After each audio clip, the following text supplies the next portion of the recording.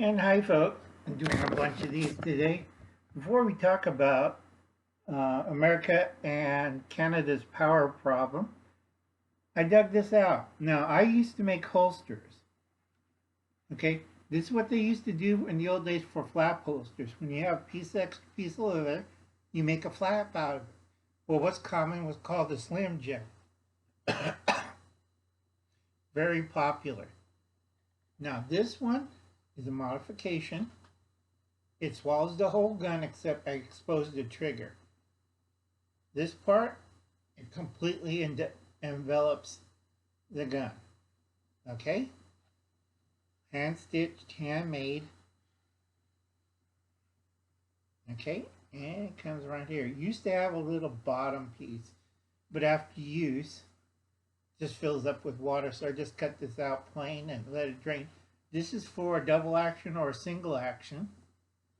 Hand molded, handmade. Used to be pretty good at this. But things went goofy. Alright? I was trying to make holsters, but I couldn't compete with certain groups. So I gave up. Alright? This one I really like because if you notice right here, you can get your trigger like this and pull it out and then fairly easy, not a problem.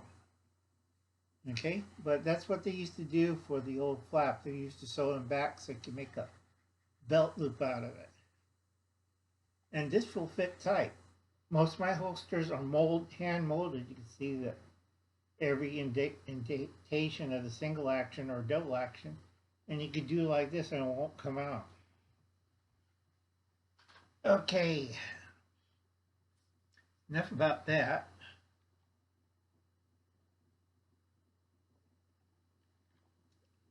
No sugar, Coca-Cola, vanilla flavor. Now let's talk about America's power problem. America and Canada are intertwined. Before 1943, used to be separate systems, but because of the war, they combined everything, and during the 50s was a great merge. It saved a lot of money, but also created a lot of problems down the way. So we're going to talk the newest to the oldest. The newest one is the Alaska interconnection.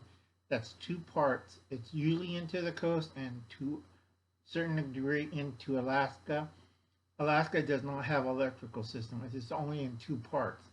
The one part that's touching Canada on the coast, and the other part is where Anchorage going out that way. So that's called the Alaska interconnection. All right. And then we have the Western interconnection.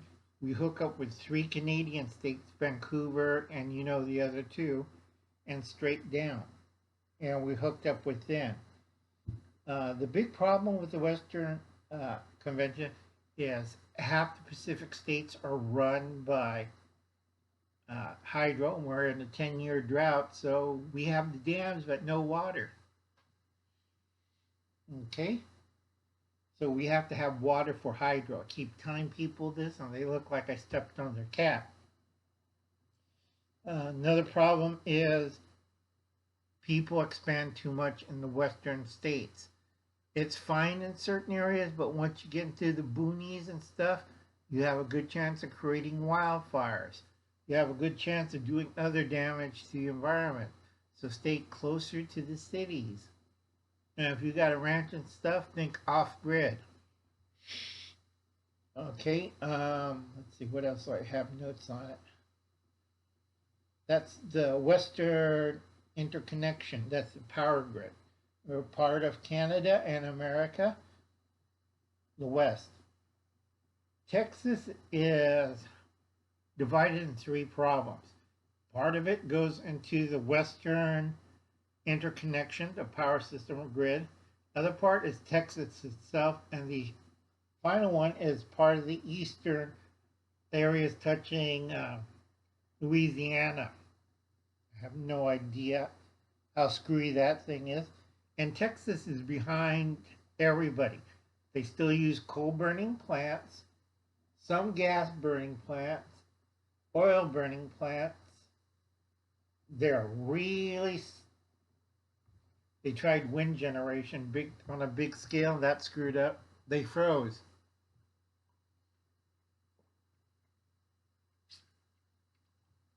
Also, another problem was when Texas they tried solar.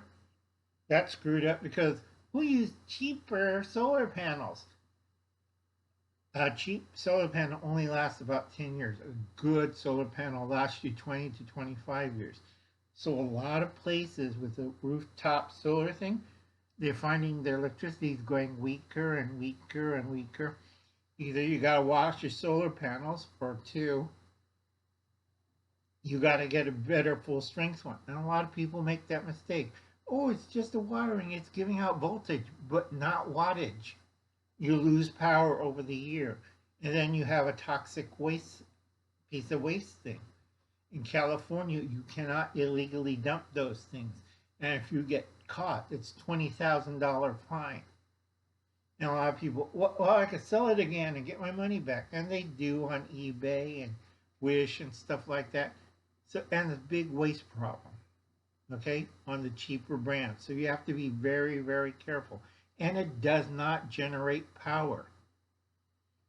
If you go watch Redneck Things with Tony and Leanne, they got hooked bad on eBay on that crappy kind of solar panel.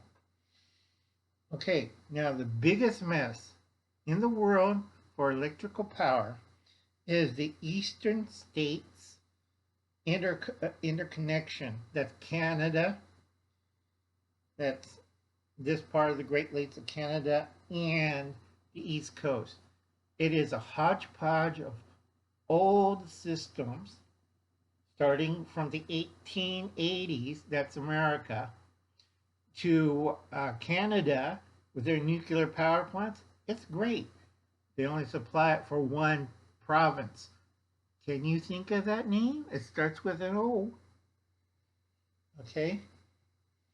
So it has several problems with this eastern interconnection.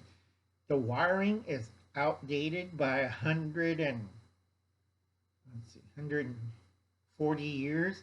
It's about 140 years old, and sooner or later they have problems. Second problem is they have a big nuclear mess. A lot of their nuclear plants haven't been regulated. The best is Canada. The worst is on the East Coast. Just go down straight, low. Just go straight down. You see it. And don't forget 3 Mile Island in Harrisburg, Pennsylvania. Okay? It's a bloody mess. So, yeah, these areas, you're going to have brownouts, seriously. Canada is trying to get more gas, natural gas plants. The best area, Quebec, is by itself, and it's run by, heavy, it's like diesel, okay? They shut down the natural gas. They shut down the nuclear power plant because it was leaking already. So they're smart until Uncle An gets up there and fixes it and got to put in a thorium reactor in it. Then I can power all of Quebec under the French guys, the French rules, because they're going to go back to France. Because Uncle An can convince the French people to put in a thorium reactor in there. That'll solve all of Quebec's power problem. Because Uncle An knows a lot of dirty tricks, and he's nuts. Okay, so we just discussed all the power problems like this. I talked to Nene. I did a video for her of getting an EcoFlow battery. You have to rate your refrigerator or freezer by the wattage use. Very simple, not hard, simple mathematics. So I'll let you think about this. Check out that video. And I keep telling people you should have a generator. You should have a, a power supply unit or a battery bank, one of those two, to supply your electrical needs during the brownout. Alaskan Prepper just did this. I've been doing it for the last 2 years. I'm getting kind of tired. I'm happy people are copying me, but I'm getting tired and old. Elk Island doesn't feel good, and most of the time I'm kind of sick. So that solves most of America's problem. West Coast, once you start getting condensers and filling up the lakes and stuff, you shouldn't and dams, you shouldn't have a problem. But nobody ever thinks like Uncle Al because everybody thinks Uncle Al is crazy. So I'll catch you later. Do something good. Check out Garden State Gardener.